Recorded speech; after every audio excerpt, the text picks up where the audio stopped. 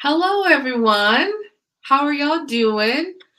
I see Jessica's in the chat. Chava coming for the replay.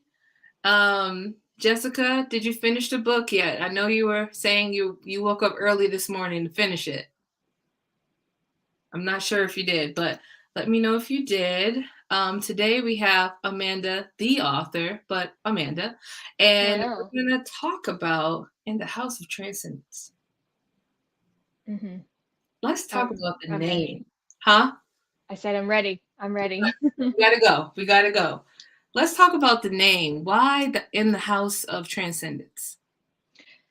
So I thought of the name Transcendence pretty early on when I was developing the concept for it, and it sounded magical. It sounded gothic. It sounded I don't know, just mysterious, and it played perfectly into what Zora's path is, moving from, being in Memphis and then being in Savannah to eventually being initiated into the House of Transcendence. And Mhm. the main murder mystery does take place there.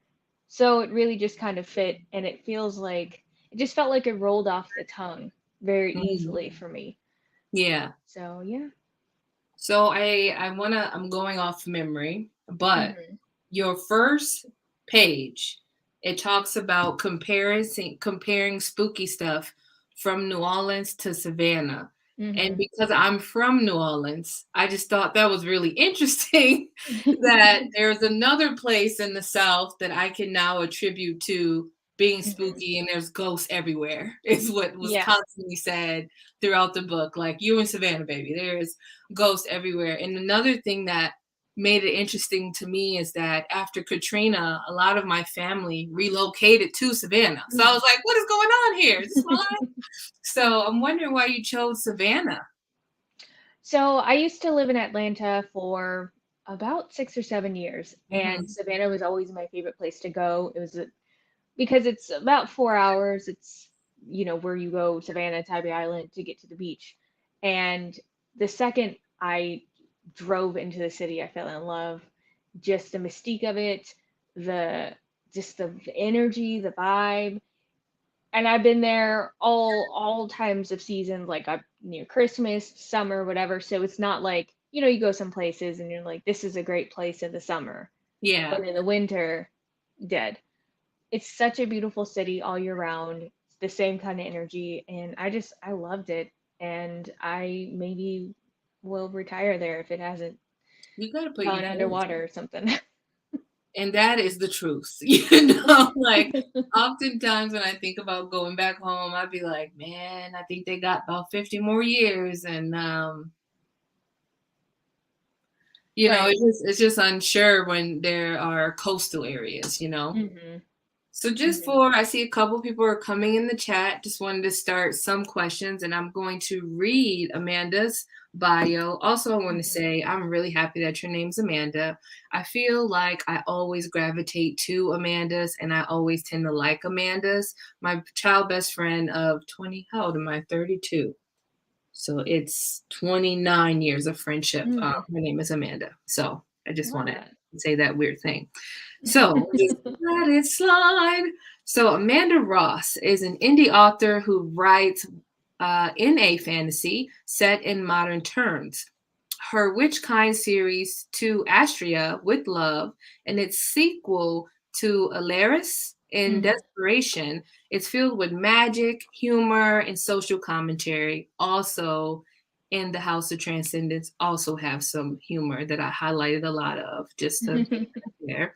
She also co-published the YA fantasy anthologies Girls of the Might and Magic and Kindred Kingdoms. In addition to her authoring, Amanda is also an author tube, one half of the horror podcast, the Horror Ho support group. That's where I found you. There. And the marketing director of the Melanin Library, as also an Instagram to that as well. Hmm. Um, when she's not writing, Amanda can be found at the beach reading and listening to her favorite podcast, which is Crime Junkie. No, I'm just kidding. It's not. No, no. Don't do me like that. No, no. I'm just kidding. definitely not Crime Junkie. So, oh, that's so sweet. Come on in. Come on in Thank you. now. Thank you. Come on in. Step in the door. Not 4 minutes and 4 hours, 19 minutes and 24 seconds. I love that you knew. You clocked in and clocked out. You clocked in and clocked out. Love to see it. Love to see it. Okay, so let's talk about oh my God, myself with memory is terrible. Is it the club called Nightingale? Yes, Okay. Nightingales.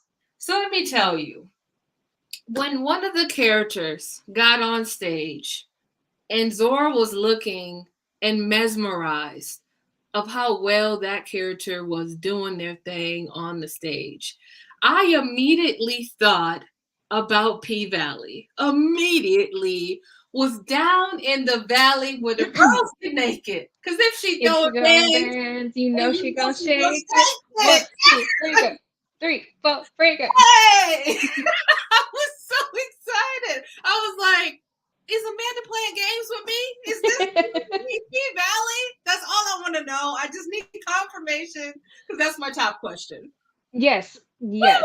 I watched the first season when I was first starting to outline this and then write it. P Valley is a huge inspiration, especially for the club and those club scenes. So I'm very glad you caught the vision. Katori Hall, I Oh love my her God. writing. She's so wonderful. P Valley is one Beautiful. of my favorite shows. So yes, I thought P Valley, but make it magic. Oh my God. I was like, look, you can't tell me that this is not P Valley. And I was like, oh my God.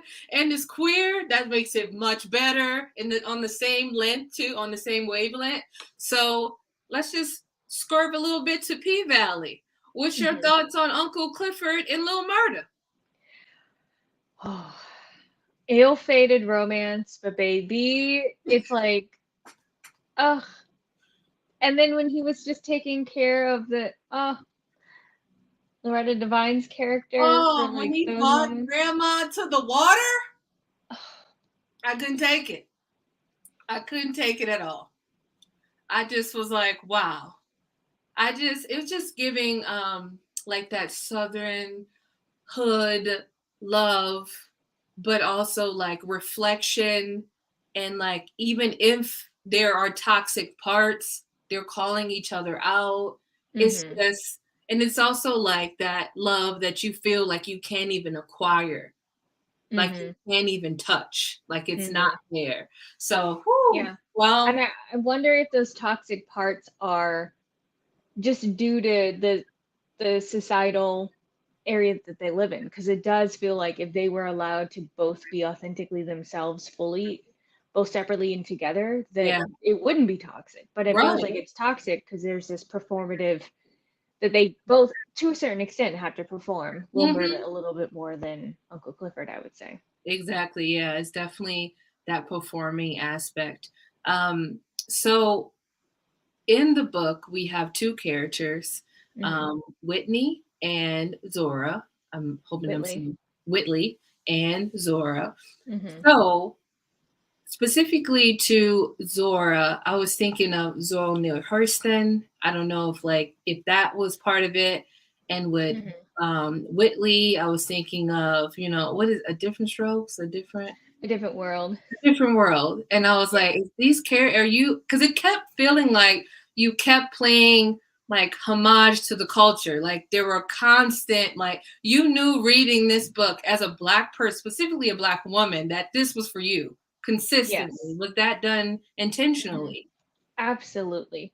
I mean, I'm writing for everybody, but Black women are primarily my my shit, my audience, Come on, come with it, me. come with it. I'm writing for my fellow Black women, and I Mhm. wanted those references. And actually, I'm gonna shout out my good sis, Chelsea Lockhart, CM Lockhart, because she was the one who helped me solidify Whitley. Because I was on the fence, we were throwing names back and forth, and I said, okay, well, what about Whitley? And she went, let me have this. You need to let me have this is for me. So Yeah, there you go. And it just fit. Whitley and Zora, like it yeah. just, oh, It's the bread and names are butter. It is perfect. bread and butter. There was a Hmm. scene where Zora went to ask Whitley to help her because she messed up on a spell. And I was heartbroken and also like, well, kind of made that bad. Yeah. Kind of Yeah. I lazy. mean, I wanted their relationship to be, they understand each other at a different level. Like when they first kind of meet, and Whitley's asking Zora, is where you're at a better place than where you came from? And Zora says yes. And then Whitley just leaves it alone. Yeah. And part of their relationship is they can relax in each other's presence. But because Zora's having to figure out this murder, she's also kind of like, I mean, I gotta dig a little bit deeper than I Yeah. want to. And Whitley's gonna call her out on it because she's also not somebody who's gonna just sugarcoat. She straight up says, I'm gonna let you are gonna know how I feel. Yep. I Yep. don't care. I'm Yep. not performative. I'm just me. And so, of course, I had to have Whitley hold Zora accountable because Yeah. otherwise, that would be the opposite of who her character is. Yeah.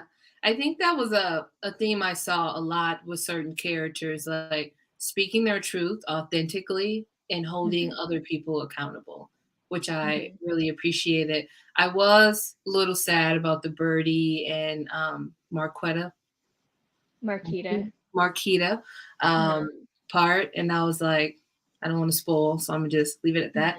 Hmm. But overall, I just found that while reading this book, it felt like this wasn't like a magical world. It felt like this is like daily people, black folks living and existing, but also has magic and have powers and have abilities to do stuff. It felt like this could happen. Like this Hmm. could easily happen and slide into any community or anything that's out there. I didn't feel like, oh, this was far away from me. It felt very close to me. Was that Hmm. something you were also hoping that the reader would get? Yeah, and I do that with all of my works. I tend to write contemporary or urban fantasy, as we want to say, because I like having the idea of magic just existing down an alleyway somewhere and us dealing with, to a certain extent, real life problems, and then also adding magic into the mix and seeing how that works. Mhm. And I intentionally also wrote this book without any racism, like overt racism, overt homophobia. You kind of know it exists because these are black people in America, these are Right. queer people in America. There's Mhm. a couple lines about, when Birdie gives this speech about how they all existed, these intersectionalities. Um, and there's a note about, police investigating this murder, and Zora's like, wait a minute, I'm tripping. This Yeah. is a black woman we're talking about. Right. But I didn't want it to be this them existing in this white area for the white gaze because we've seen those stories. That's not what I wanted to put out into the We've world. So seen I'm so really many glad movies. that everybody that you've received that and got my intention with both the way that I wrote it as unapologetically black and queer as I could, and then also with making it like this could really happen, and maybe there are necromancers, maybe there are people who legit have those powers. I wish I Mhm. was one of them, honestly. Me too. Same, same. It also reminded me of like stories that I was told as a child. I don't know if I could Hmm. share them, so I'm just gonna say stories I was told as a child about like people having the ability to communicate with the dead and Hmm. having the ability to speak with them and get answers from them. A lot of black folks have altars that they use to communicate with their ancestors. So it felt very much built in like root magic and family and ancestral magic as Hmm. well. Hmm. Yeah, and I did that intentionally, but I also didn't want to kind of make the mistake that some author, well, I don't want to call anybody out, but No. I didn't want to step my toe into something that I didn't feel like I could fully write to. So I didn't make it where they were practicing like voodoo or hoodoo because I felt like, you know what, this is going to require a lot of research and me actually talking to people, and I I was like, maybe in the future. but Yeah. I don't want to half-ass that. Yeah. That needs to be like fully in, because I don't want to be disrespectful and then just put something out and go, yeah, it's got voodoo in it. It's got hoodoo because it's set in the South. Like, baby, Yeah. you gotta do that right. Yeah. And I paid homage, but kind of created my own thing, and hopefully, I'm glad that it worked. Listen, it worked like a mofo. What I'm hearing you say is that you didn't want to cash checks. What do they say in the South? You didn't want to something checks that you Write asked. a check that my ass couldn't cash. There we go. Yeah, I was like, that what's part. he saying? But yeah, it's true. There's a lot of people who write about hoodoo and voodoo. And when I say people, there are Black authors who write hoodoo and voodoo and thinking because they're Black that they can write those things, and they can't. And it can be very, like, we're not monolithic and we can't Mhm. treat practices that way because we skin folk. You know what I mean? Yeah, So, yeah. And so I felt like if I do that in the future, it would definitely require a lot more research than mhm. what I did for this book. Now I did a lot of research, but I would actively seek people out to talk to them. And also, if they were like, "Nah, I don't want you writing it," okay, And because that's also valid. yeah, I have too much respect for that Mhm. to go down that road. And also, I don't I don't want to. This is my third book. I didn't want to be like, oh, she only wrote 3 books because the last one was so offensive. People just didn't want to read her no more. People are like, I'm done. I'm gonna head out. Yeah, All right, right. enough. Let's be done with this. Um, I don't know how to word this next question because I don't want it to be compared to something else that I will never name. But let's talk about the different houses. We got the House of Yeah. Transcendence, the House of Divinity, and I am blinking on the third house. Soliloquy. House of House of S. Let's be real. Yes, don't let me pronounce a lot of things correctly. But we have these 3 houses, and I don't know if I'm just a greedy reader, as they say, a reader who wants a lot. But questions that I'm gonna ask is there other stories that relate to these houses? Because I feel like there is so much that can come from your hands. And I'm gonna say it, I need it. I don't know what other people are talking about, but I need it. I'm just gonna go ahead and ask for a friend, and that friend is me. So, can you try to explain yourself? Well, to answer your question, there's a lot more stories to go with these houses. And, if I see that there's demand, so perhaps they will work themselves into future stories. I wrote a whole book Bible and wrote out the history of the houses. So when Whitley is telling Zora this, the part that's in the book is only a small portion because Y'all I hear this? Y'all wrote hear the this? whole history of all the houses and put together kind of a list of some of the famous houses, which you do read about. But the ones I featured in the book are specifically mentioned in the book, right? Like the House of Neon and then Bounty and all of that. But I actually wrote out different houses that I didn't even mention in the book. So maybe it's like releasing the book Bible part of it as like a companion piece. You know, maybe that's just what I need to do for the culture, for the fans. I'm gonna just need a moment of silence. I know y'all heard it in the chat. It, Jessica, this is how I'm feeling right now. I just gotta take a moment. My body is ready to receive. It's like your writing to me is high praise, is what I'm about to say. Like your writing to me just reminds me of Tananarive. Like you go into the world and then there are endless of possibilities that you can go. Not somebody on here with the hot girls had to go but it's just like you dive into this world and there's so many connecting pieces, and usually when people read books that has so many connecting pieces they get lost. They're like, I don't know what's going on. But the way that things are synthesized and explained, but not over explained, but just give you little Salt Bay action of what to Mhm. come. It's just so beautifully done. And it's one of the reasons why I love Tananarive, because I'd be like, Mhm. how do you drop these gems? And then you think that we're not going to come back to those gems, but we do every time. And that's how I felt about your book. And kudos to you, honestly. Thank you so much. I love to redo, so that oh, that just touches my heart so much. Thank you. Thank you so much. See, Alexis, we own some, okay? I'm not alone in this. I'm not alone in this. I also can tell in your story that you did a lot of research, and one of the things that I was really impressed is when I read books that have witchcraft or witches or magic, they'll talk about these spells. Oh, I'm going to do this spell.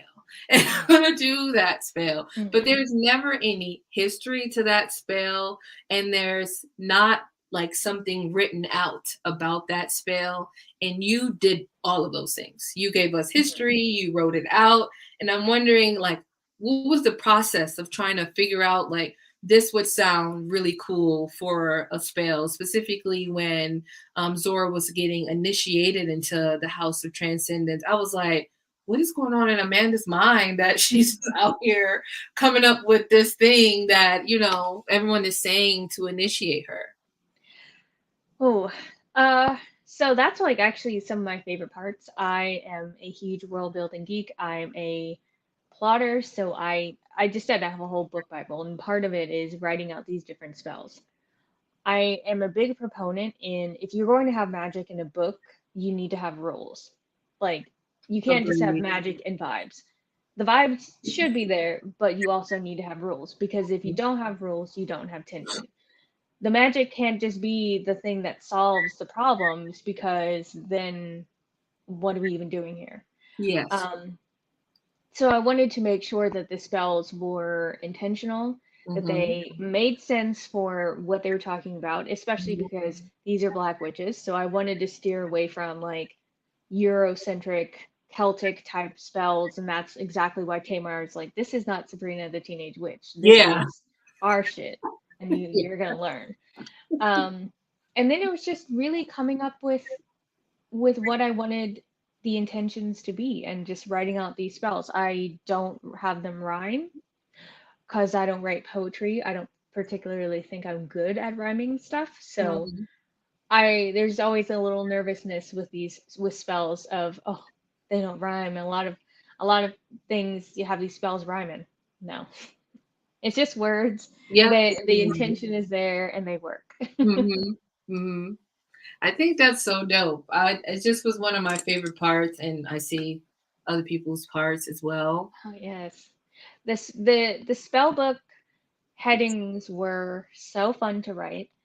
Um, that came about in the second draft when I kind of re-outlined the book. I thought, okay, I want to add just another texture, another layer of world building, and I found Mhm. that the chapter headings did like wonders with adding that extra layer of world building. So as I was figuring out chapter by chapter how it was going to break down, I wrote, okay, chapter heading about such and such, chapter heading about this. Gave myself that direction and then I wrote them. They were so much fun to come up with. Um, I tried to add a little humor in there, like when they were talking about how witches can't is it they can't live forever and they can't commit tax evasion. Mhm. I'm wondering, when you talked about like being very specific about the rules, um, for those of you who haven't read it, there's a murder mystery, Hmm. and the main character Zora has to find out what happened to another character. I believe that is Birdie, Marquita, Birdie's partner, right? fiance, yeah. Yeah, fiance. So Birdie talks to Zora and's like, "Hey, you a necromancer. You can just help me out, try to figure out what's Hmm. going on. The love of my life is dead, dead. You got the power to help me figure this out." And in doing so, uh, in doing so, Zora then gets Marquita book and trying to figure out her spell book and trying to figure out what happened to her. And then the memory part, genius, by the way. I just wanted to throw that in there. Thank The you. memory part, genius. I don't want to spoil that. But the book part, I guess, because I'm also like a reader and a nerd in a way, that was one of the main parts is when she would just even mention going to the spell book and seeing what's in there. And you were talking about rules. So I'm wondering in your the book that you have, do you have rules specifically in the book as well? Is there any rules that you would like to share with us that we didn't get in the book? That's a great question. So I am going to be cheeky and save the rules for when I release this book Bible. I But agree. I did have these rules written out and just kind of scene by scene, trying to figure out what would make sense to keep the maximum amount of tension. Mm-hmm. Especially with the memory thing, I didn't want it to be too easy Mm-hmm. because if all Zora had to do was touch the ghost, see who killed her, the book would have been a paragraph. Let's be Yeah. real. So I had to introduce that tension, and you do that by having things not work, by having a curse, by having like a kind of like a computer virus, right? That just starts messing things up. By Mm-hmm. her knowing a little bit, but not enough to figure it out on her own. And that's one of the things I really wanted to do with this book is so often when we have a character coming into a magical environment, they either don't know they're magical ahead of time and they find out as they are meeting these characters, or they're told by these characters, hey, you got magic, right? Or maybe they do, but they don't know anything. Mm-hmm. I wanted Zora to have at least a little bit of an idea of the magical aspects of her powers. Mm-hmm. She's tried to seek out witches, she's tried to find other people, she's tried to find community, but they have all had stank face when she's like, "Oh, I'm a necromancer," Yeah, because they were. they believed that it was evil. Mm-hmm. And so she's just kind of been used to being on her own.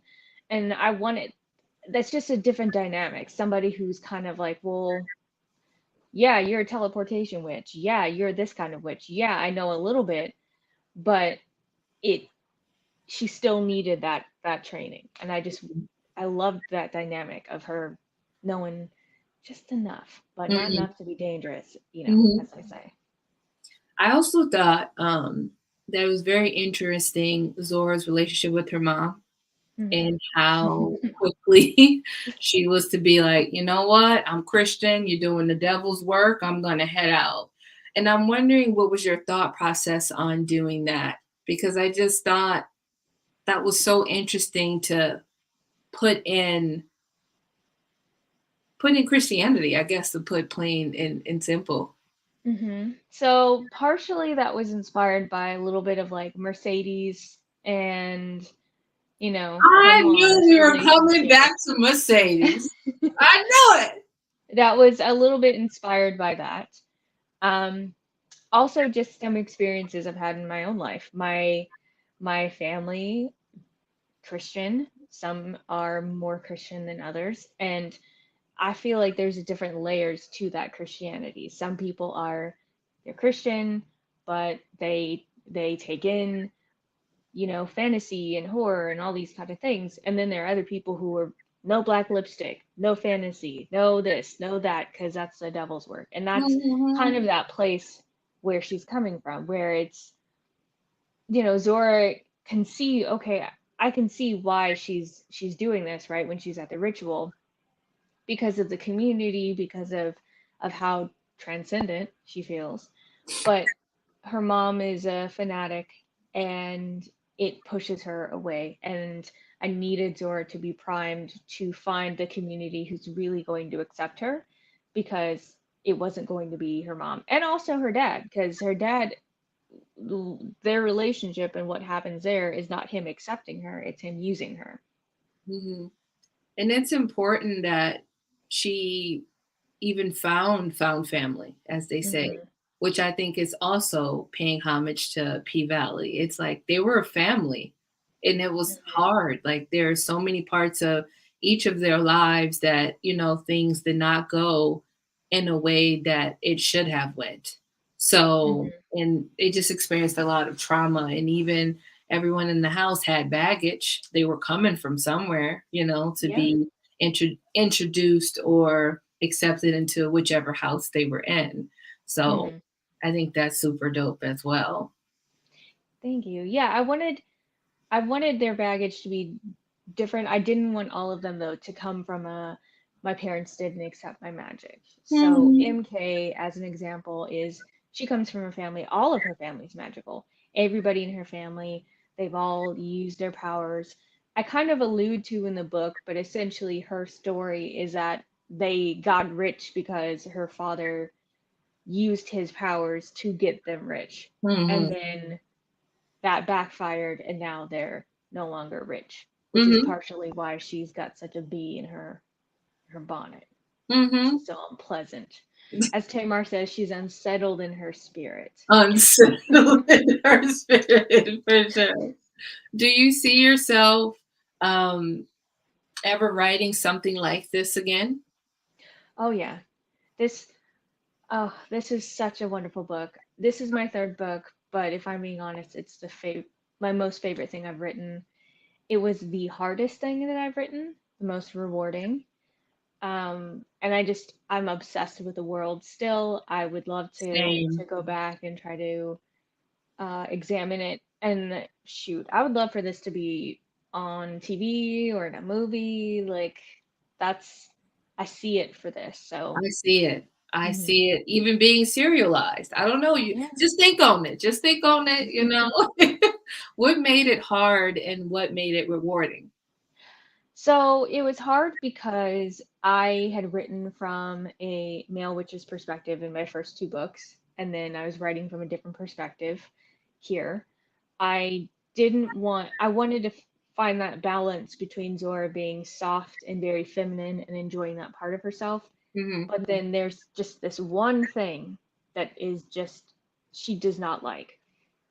A lot of times in fantasy books, you have either the cool girl who either doesn't know she's beautiful or she's super badass and she doesn't do like nails and makeup and all that stuff, or you have the like Bella Swan who Yeah, is oh my God. just, you know, meek and just don't know nothing about nothing. I And I was ready didn't to say, want, yeah, I didn't want Zora to be like, I didn't want her to be like that. yeah, We are not a monolith. We contain multitudes. We should be allowed to be all of those things. But I wanted specifically a fantasy character who was soft, a little softer, a little more feminine. But that yeah, femininity doesn't mean that she's gonna get walked on. That doesn't mean she's not gonna read you. That doesn't mean she's not gonna try to figure this stuff out on her own, and that she's yeah, not gonna save the day in a ball gown, which yeah. is the vibe. Yeah. It was giving a soft life, but I'm not to be fucked with. Hmm. Right, right. Hmm. Run up, get done up. I just got my nails done. Yeah. Don't make me take these earrings off and put this Vaseline on the face. Okay? Right. 'Cause it's about to go down. Hmm. Yes. Do anyone in the chat have questions? I forgot to say that. I've just been like blah blah blah. So if y'all have questions, definitely say it. I'm gonna do a couple comments here. Um, I think I pulled this up, but I'm not Hmm. sure. I was just trying Yeah, the to, spell books. Yeah. yeah, just trying to come back to that. Um, the book is such a homage to family and community. Yeah, Hmm. for Hmm. sure. Um, One of the most beautiful parts, and I really hope I'm not spoiling, so I got to figure out how to word this. So, one of the most beautiful parts in the book is that when the mystery is solved, stuff go down. The action was just written so well. I felt like I was in, it was giving movie in my head, and I was like, oh yeah, it's going down. Even in the part where Zora went to the shop and the ghost came out from the Hmm. stairs, choked her up. I said, "Oh Jesus!" That was it was giving action. So Hmm. well done on that. But Thank you. what I'm saying is, there was a part of the book. I'm trying not to spoil it, and I don't know if even saying it spoils it. But the murder is solved. People come together in their grief, and it Hmm. was like even though people are on two different sides of their grief, they were still together and was still showing community with each other, although experiencing grief in Hmm. different ways.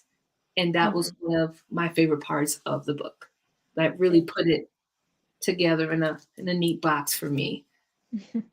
Yeah, I family is so complex, and whether it's found family or whether it's, the one you're born with.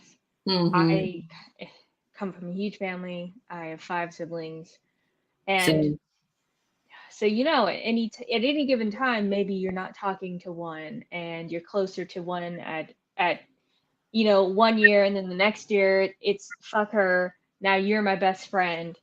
But at the same Exhausting. time, yeah, you're all living your different lives, but then Yeah. you come together when the time when that needs to happen. And Yeah. it just made sense for that to be the the ending. I wanted it to be a good send off of a certain character. I wanted people to, because part of this book is also grief. It's also Birdie, especially is somebody who is not, she's unable to move on. Mm-hmm. Um, He says that clearly. mhm.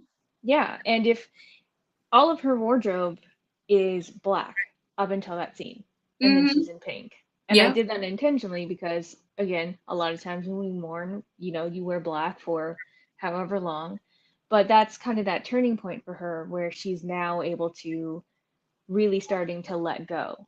And obviously, she's still going to be grieving, but she's not holding on to it and using it as a crutch, which is Mm-hmm. kind of what she ended up doing because it's Mm-hmm. like, until this is solved, I can hold on to this. I don't know who did it, so I can just hold on to her a little bit longer. But now that it's solved, now she has to let go. Mm-hmm. And they all come together as this community to be there for each other, regardless of mistakes and things that people did. They Yeah. still love. And how they feel about the Mhm. person Mhm. without trying to spoil it. So, do you have anything coming up for us? Because I do want to put you on the spot about your Instagram post when you were like, "What should I read next?" I don't even remember what the other genre was, but I know I chose horror. Yeah, so I am dabbling with a couple of different horror ideas. Currently working on a short story about final girls. I am dabbling between, as I mentioned in that post, an idea about black-eyed children, which is this, spooky phenomenon of these creepy kids that just appear out of nowhere. And they Mm-hmm. start out all sweet, and then they just get real demanding. Give me a ride. Give me a ride. And their eyes are completely black, and nobody knows if they're aliens or if they're demons or whatever, some kind of Mm-hmm. apparition. The other idea was, I think, dark fantasy vampire. But I feel like we're seeing a lot of more vampire books, which, hey, I love it. Interview with a Vampire, the show, is my shit. I So I'm here haven't for it. watched it. So you telling me I should? I I'm loving Here I am taking notes. it. um, it feels like it's rare lately where I have found something that I'm watching and I'm completely in it. A lot of times, you're watching something, but you're on your phone. Yeah. You're watching it, but then Twitter. Yep. This one, everything down. Like I'm not even really eating as I'm watching this. I got a drink and I'm just sitting there. I'm fully engaged, and then the Mhm. episode ends, and it's just this catharsis of like, fuck, I want more. Can I just start this all over again? Yeah. The writing is great. The yearning is great. The messiness of Lestat is great. The queerness, oh, it's so Listen, if it got queerness in it, I'ma have it. good. Mm-hmm. Okay? I'ma have That's it. what I say. So I was Mm-hmm. like, yes. One of the things I also found very interesting about your book is that for Blackoweenathon, we have 6 prompts. And I think your book fills every prompt but one, one or two. And I'm like, wow, if y'all haven't read it, I'm not trying to tell. Well, I am telling you to go read the book. That was a lie. I'm gonna put that back.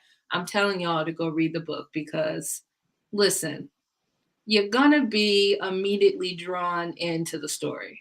That is just what it is, and that's just how it is. And one of the biggest parts that I hear a lot of Black readers talking about, like, oh, writing for the white gaze, like we talked about earlier. It is what it is in this book. Either you got it or you don't, and it ain't explained. And that's what I love. I love to dive into a book and be like, all right, I'm here. Stuff don't have to be overly explained, or even like looks or like the way people are interacting. It's not explained. It is what it is. And I think that's the beauty when Black authors write for us.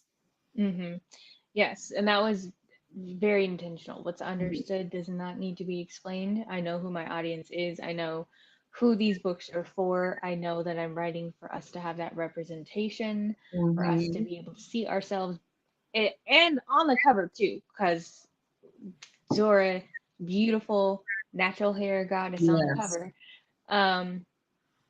So yeah, I didn't want to over explain. I feel like you can use context clues, like, and if you don't get it, then diversify yourself. That's also true. That's also true. I also want to know, would you ever write a character who is tall, dark-skinned, with locks, asking for a friend? Absolutely. Yes. And is that friend you? How tall are you? I am 6'1". Oh my God, you are amazing. I love that. You know what? If we meet in person, we're gonna have pictures. We'll have to have it because I am 4'11". How dare you show up 4'11"? I'm so small. It is. I can't reach a lot of things in my own household. Sometimes. Listen, but your TikTok is giving 6'7" energy. Thank like, you. look, I did not come here to play with you hoes. And I'd be like, and on period.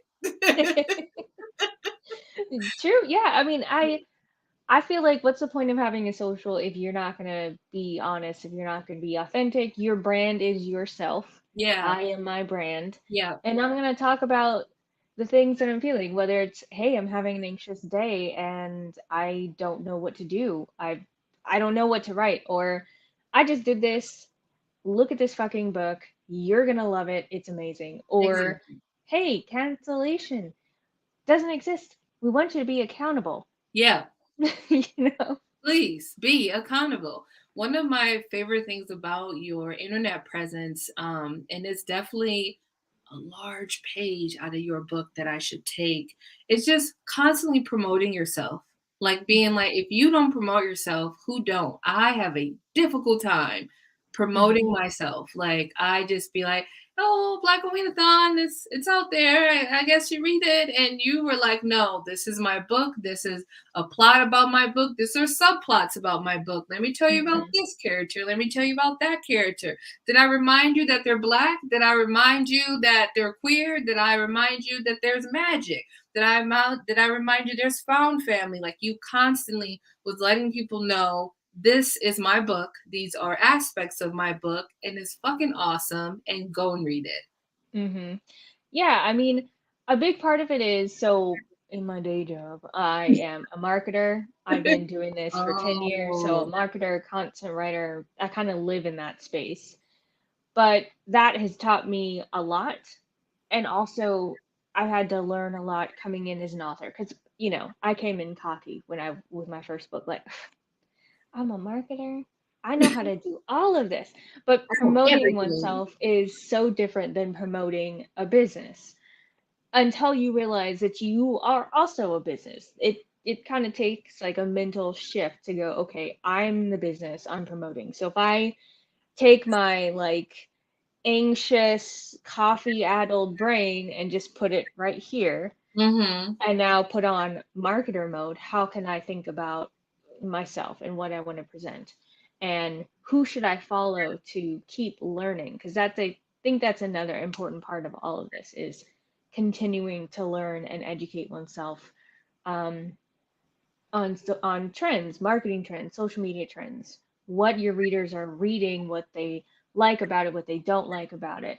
And then I just, one day I was like, fuck it, I'm gonna just talk about my shit. And if people don't want to follow me, then they don't want to follow me. But You got to.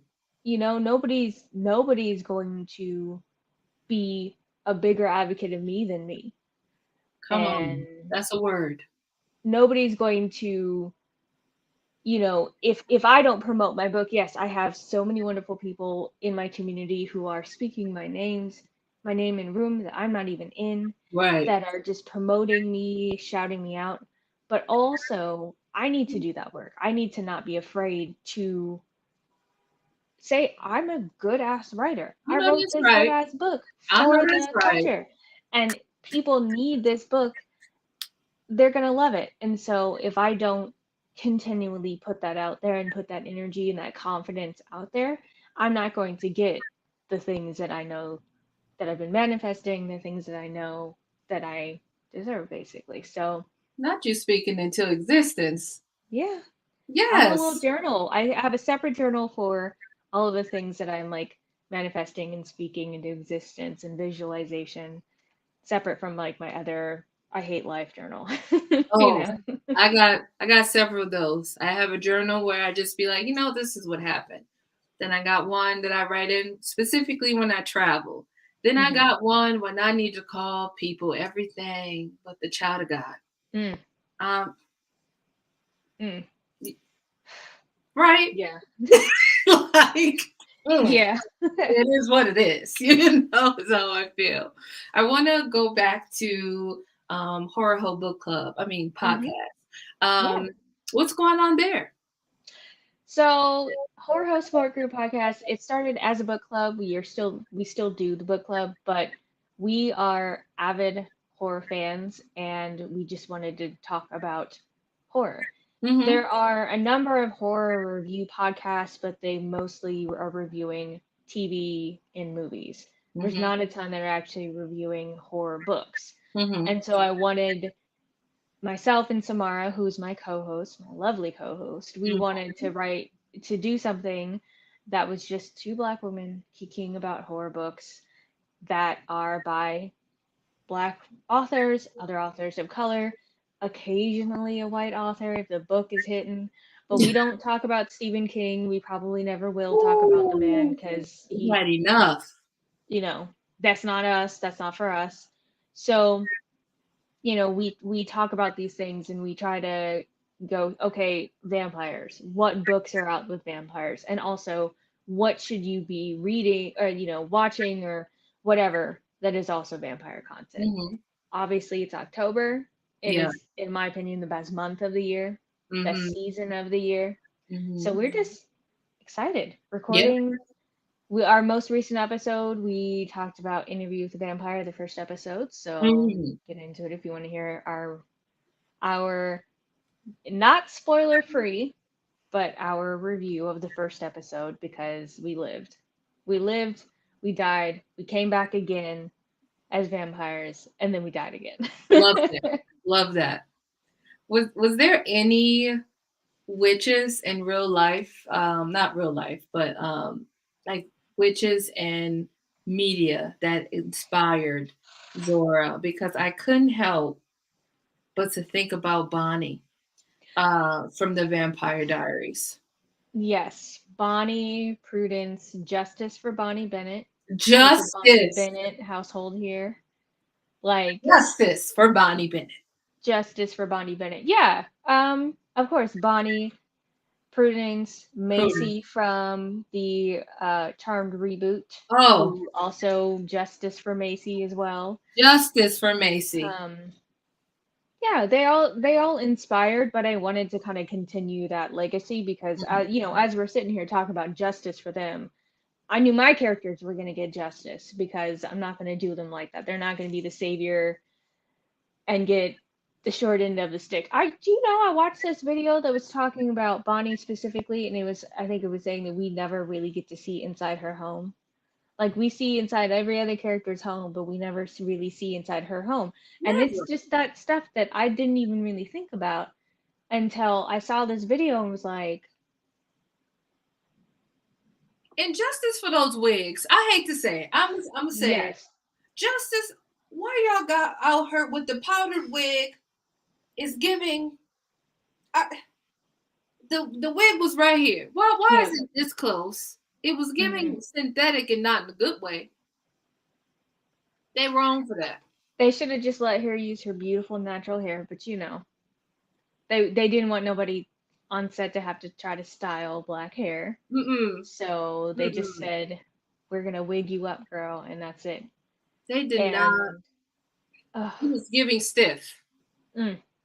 And and all not the other good. girls get that flowy uh, hair. So Yeah, Catherine had it going on.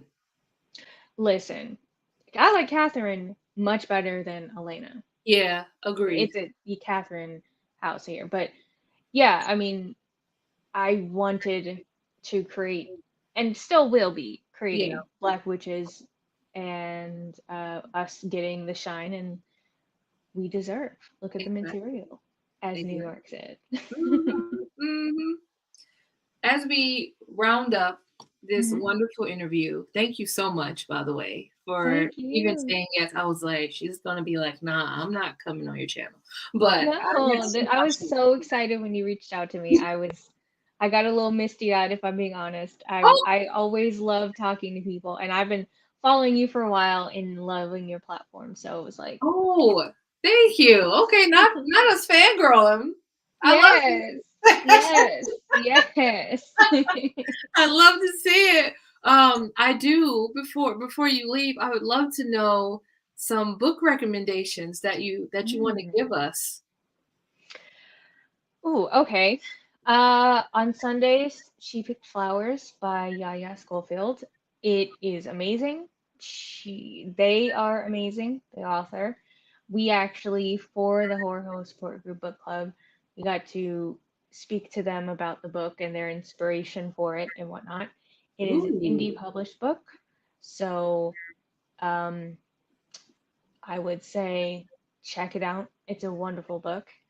Darknesses by Lachelle Seville is also a great book. It is kind of a Dracula. take on Darknesses. Oh. It's a take on Dracula, but if Dracula was a black woman and fell in love with a woman who looks like Billie Holiday, Oh my it's God. my shit, you know? Wow. Wow. um, Year of the Witching, amazing. We Yes. Are the Agreed. Origin, CM Lockhart, Yes. vibes, iconic. Um, let's see, I'm trying to think. Those are really good. I'm currently reading House of Hunger, digging it I so have it, far. but haven't read it So yet. yeah, I'm liking it so far. Um, yeah, and I'm always just, I mean, going to bookstores, looking at new books. So I might have more recommendations by 8 p.m. tonight. So Yeah, I'm definitely always need looking at that. I'm going to. Have you ever read anything by Brandon Massey? it. Nana is my shit. I love Nana. You guys, y'all in the chat already know how I feel. The way I've been screaming this book to the top of my, I'm talking to the top of my lung. I've been like, y'all, if you don't take nothing from me, if you can just go read Nana by Brandon Massey, it's the horny grandma for me. I can't get past it. Okay, but it's a horny grandma with the berries and cream wig though, because when he said she had the page boy, I thought He-Man. I thought berries and cream. I'm a little lad that loves berries and cream. It was giving. And then he said she had the little ballet slippers with the little like chiffon, caftan. I was like, I know exactly who this woman I is. know exactly She's all of our this. grandmas. I said, not the description. Not the description. I was like, wow. It was the one of the the best things Brandon does is like the fade to black. And Mm-hmm. when they were in the hallway with the tongue, I said, Mm-hmm. okay. Yeah, I listened Really? to the audiobook and I was doing dishes at that moment, and so I'm like doing it, and then it ends, and I'm like, now wait a minute, Wait a minute. You're like, wait, wait, come back, come back, come back, come back. like stop mid scrub, like. There's two books that I'm washing dishes and I've been like, wait a minute. And it's that book. And I just so happened to be washing dishes, but it was that book and oh my God, not me forgetting another one of my favorite horror writers, Stephen Graham Jones, The Oh Only Good yeah, Indians. I oh was yeah. like washing dishes and the basketball scene at the Mm-hmm. end. I was Mm-hmm. like, I'm not sleeping tonight after that. Ha- Like, what? have you read My Heart is a Chainsaw by You him? thought I didn't? Of course. Is you going to take some inspiration of that with your final girl project? Maybe, but I loved it. I can't wait for the sequel to Me come out. I think too. it's coming out next year. Yeah, I don't be a reaper, right? I think uh something Don't about Fear a the Reaper, reaper. yeah. Yeah. Yeah, can't wait. Yeah. So are we getting some from you next year? Just asking for a friend. Absolutely. Yes. Okay. I those ideas in my brain. I'm also thinking of something like a gothic horror that's like The Wiz meets Dante's Inferno, mixed in like a little Victorian queer blackness with like a trip to hell kind of thing. Love the trip to hell. Yes. Loving the gothic. I'm not saying you got to slide in my D. That's what I'm saying. Slide, run, dive, backstroke. Do what you got to do while sliding in the DM. I will Yes. absolutely. Yeah. Mhm. Hey, looks Listen, like I got another beta reader on my list. I am ready. I have a friend. I beta read for her, and I'm so mad at her. I won't say her name, but I'm so mad at her. I've been waiting for her book. I read that book over 2 years ago, and it's Oh no.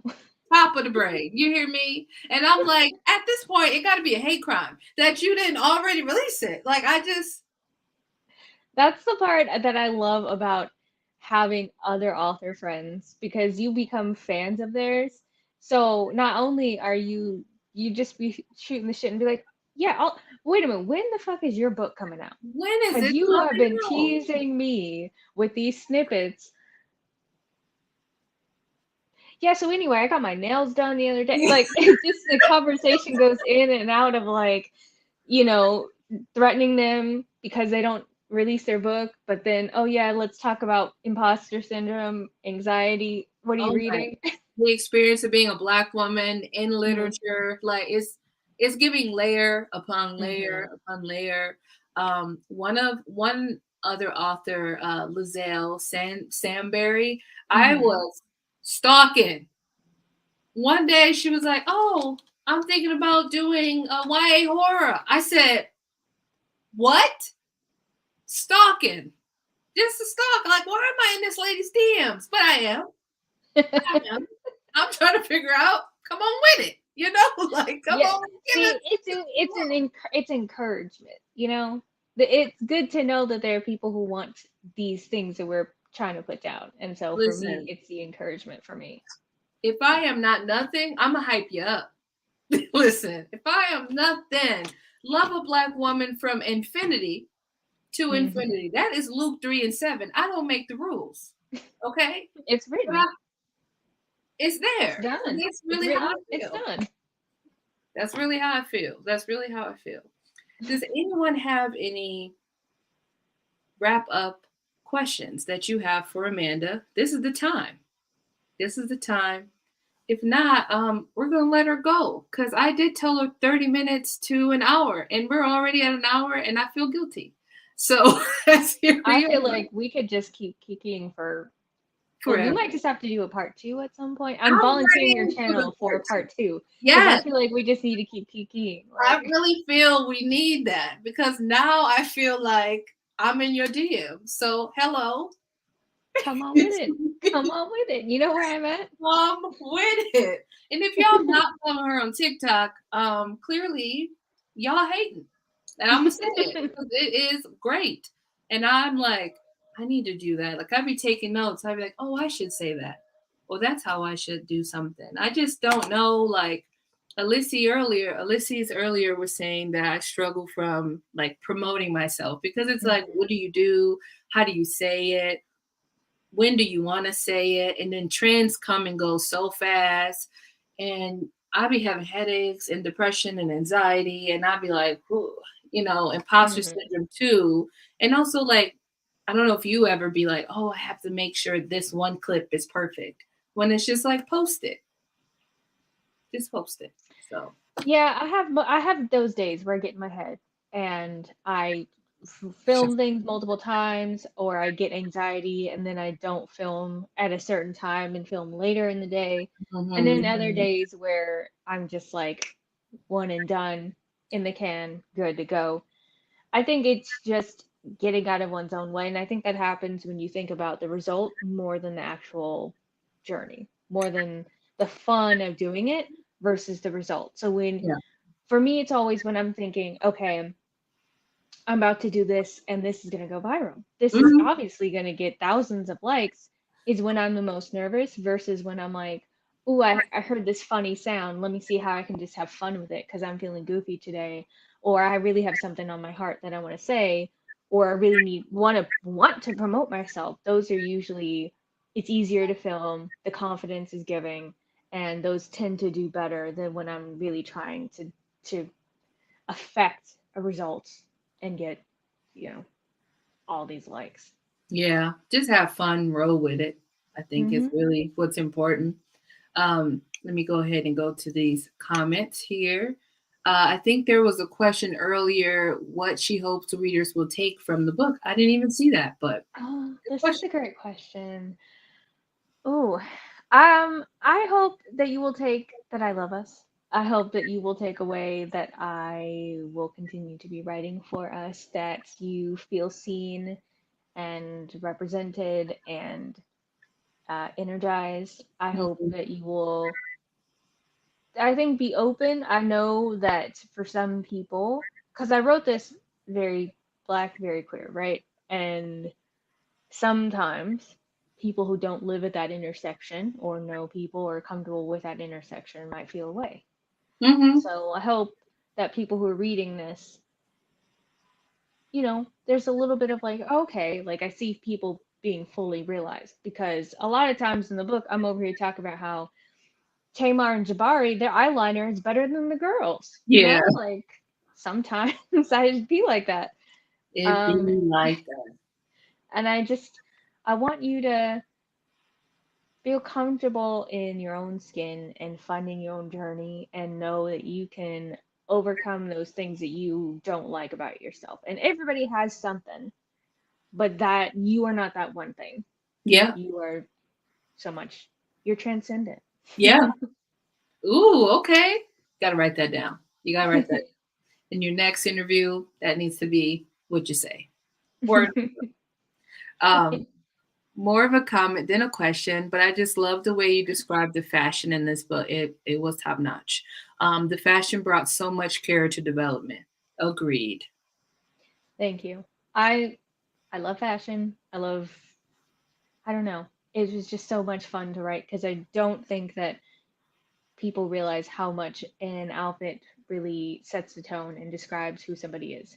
Because we all do it. You see somebody walking down the street dressed in leather pants and a leather jacket with spikes, you think, okay, this person's like into punk, they're metalhead. Mhm. Versus if you see somebody in a basketball jersey and some baggy jeans, you're like, okay, this is somebody who's a, basketball fan, whatever.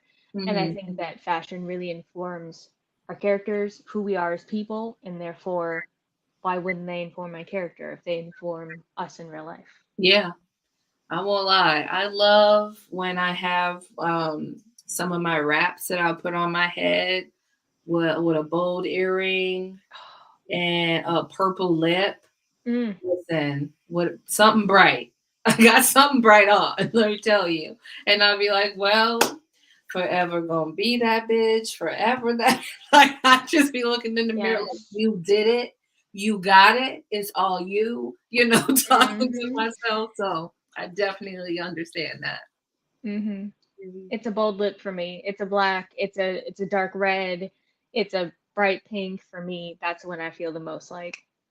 Yes, I love a black lip. I really do.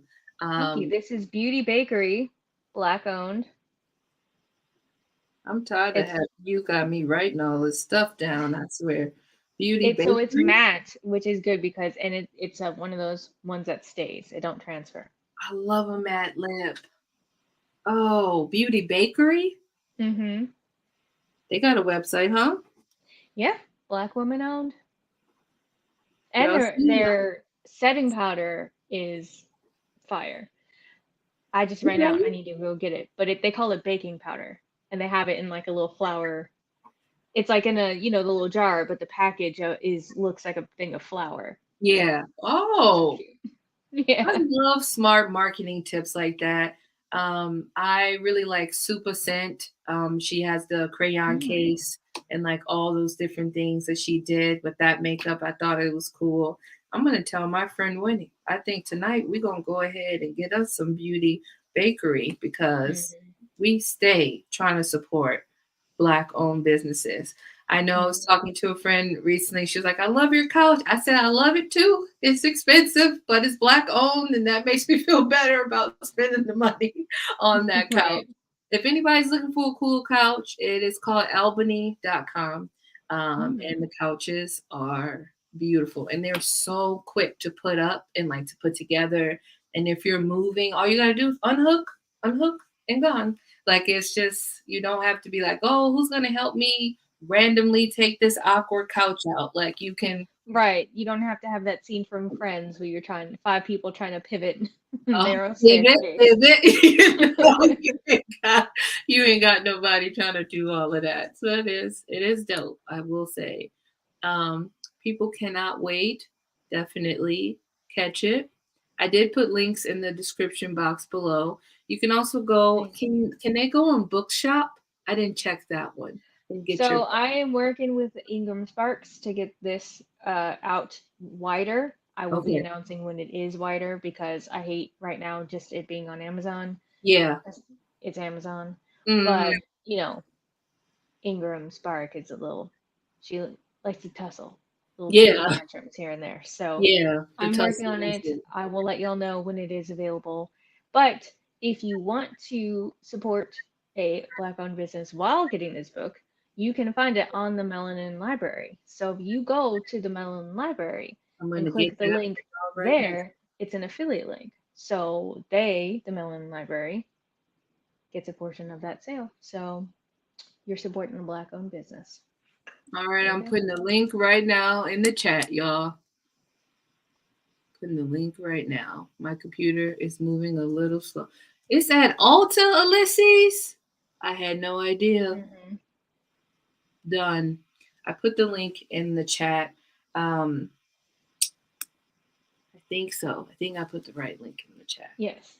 Hmm. Okay. I was like, ooh, hope I didn't mess that up there. I do want to say thank you for coming on, and Thank I you for having really me. appreciate it. And I can't wait for our part two.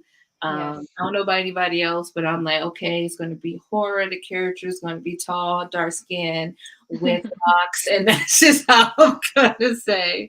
And I'm gonna manifest that for me selfishly, but I'm okay. Yes. Yes. I And have heard you. It's in here. In here now. listen, love it. Love to see it always. And I don't think anyone has. Okay, I'll get the. Yep. Yeah. I think, thank you for saying this because I wanted a physical copy and then I was Hmm. going to buy it on Amazon, but now I'm not. So, Or you could just slide in my DMs and give me your address, and I will send you a signed physical copy. You can also do that. I'm famous, y'all. So talk to me nice from here on out. I don't want no issues. Okay. I'm You're like, famous now. So I'm just saying, talk to me nice. From here on out, I'm famous. Okay? That's all I want to know. Wow, that just took all the words that I had in my mind and it went away. I know, Ulysses, don't be jealous of me. Okay, your time is up. I'm just kidding. But it's my time to shine right now. My It's time to about me. shine. It's about me. So I'm just saying, gotta put you first. Always. Thank you so much. Y'all have a wonderful night. And we'll talk soon on the part 2 of the Yes, interview. absolutely. Understand? Bye, y'all. Bye. I got to click the button because I always don't